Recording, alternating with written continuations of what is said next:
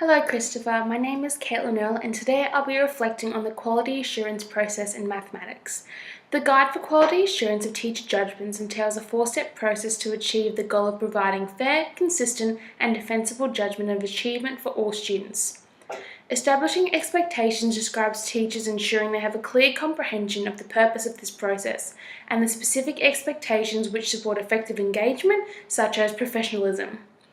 I exhibited such professionalism in the QA activity when listening and positively responding to my colleagues' perspective on the student Red's VLA grade. They still have too many VLAs. It's still VLA. Yes. It's still a VA.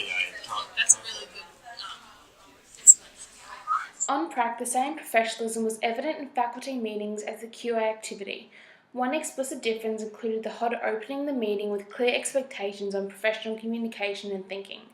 On the contrary, these expectations were internalised and understood prior to the quality assurance exercise. Secondly, ensuring a consistent understanding of the task underpins an innate understanding of the criteria, standards, and locating evidence of the criteria in students' work. My QA team did not explicitly engage in this process together. This is evident when a colleague began to assess a student's procedural fluency response against the problem-solving criteria.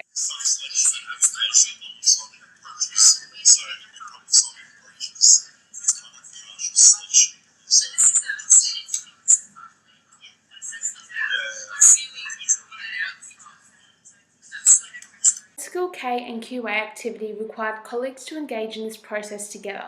Conversely, Skill K highlighted that consistency was established through developing the mathematics test together and solutions individually to reiterate consistency and determine any discernible differences. Once a consistent understanding is developed, groups review samples to compare and discuss differences in their judgments of student work. These discussions highlight how the evidence is linked from student samples to the marking scheme in order to reach a consensus.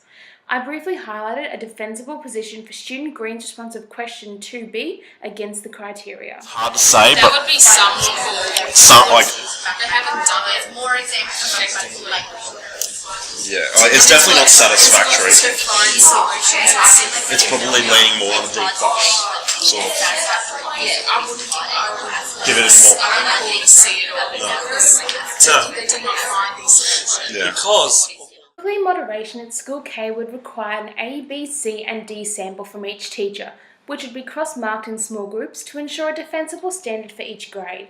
Alternatively, in the quality assurance exercise, we compared random samples which equated to an A-, D and E responses.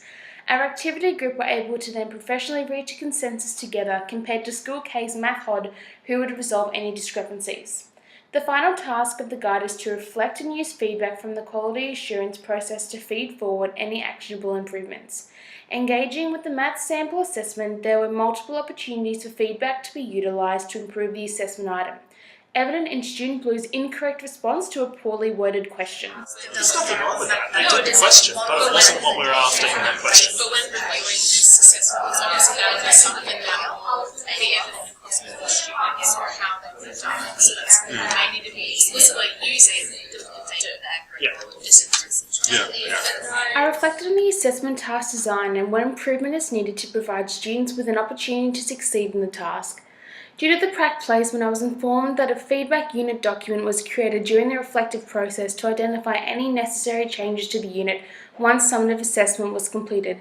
The goal of this process was to explore students' results as a consequence of teaching pedagogy and student learning. The quality assurance process is imperatively important as using assessment to support student learning is a core professional skill of teachers. The quality assurance process informs a holistic backward design of teaching and learning model, whereby the model epitomizes how teachers plan what our students need to learn and considers how they learn. Each component of the QA process directly feeds into the backward design model. Establishing expectations at the beginning of a unit identifies the desired results and acceptable evidence. Planning for learning involves identifying the principles of knowledge acquisition to inform learning. Identification and implementation of memory retention strategies are enacted in the classrooms. Ensuring consistent understanding is imperative to reviewing formative assessment to gauge students' learning progress. Comparing samples during the summative assessment and reporting phase, and using feedback to feed forward any actionable improvements. This process is imperative as it provides the grounds of evidence of student learning presented in parent-teacher interviews. The implications of quality assurance for pre-service teachers require strategies to implement, such as developing an in-depth understanding of cognitive verbs within the criteria marking schemes, and develop the skills to discern the differences between them in student work. Secondly, take the initiative and request any unit reflections from previous years to help inform preparation and scaffolding processes used to support student learning and engagement.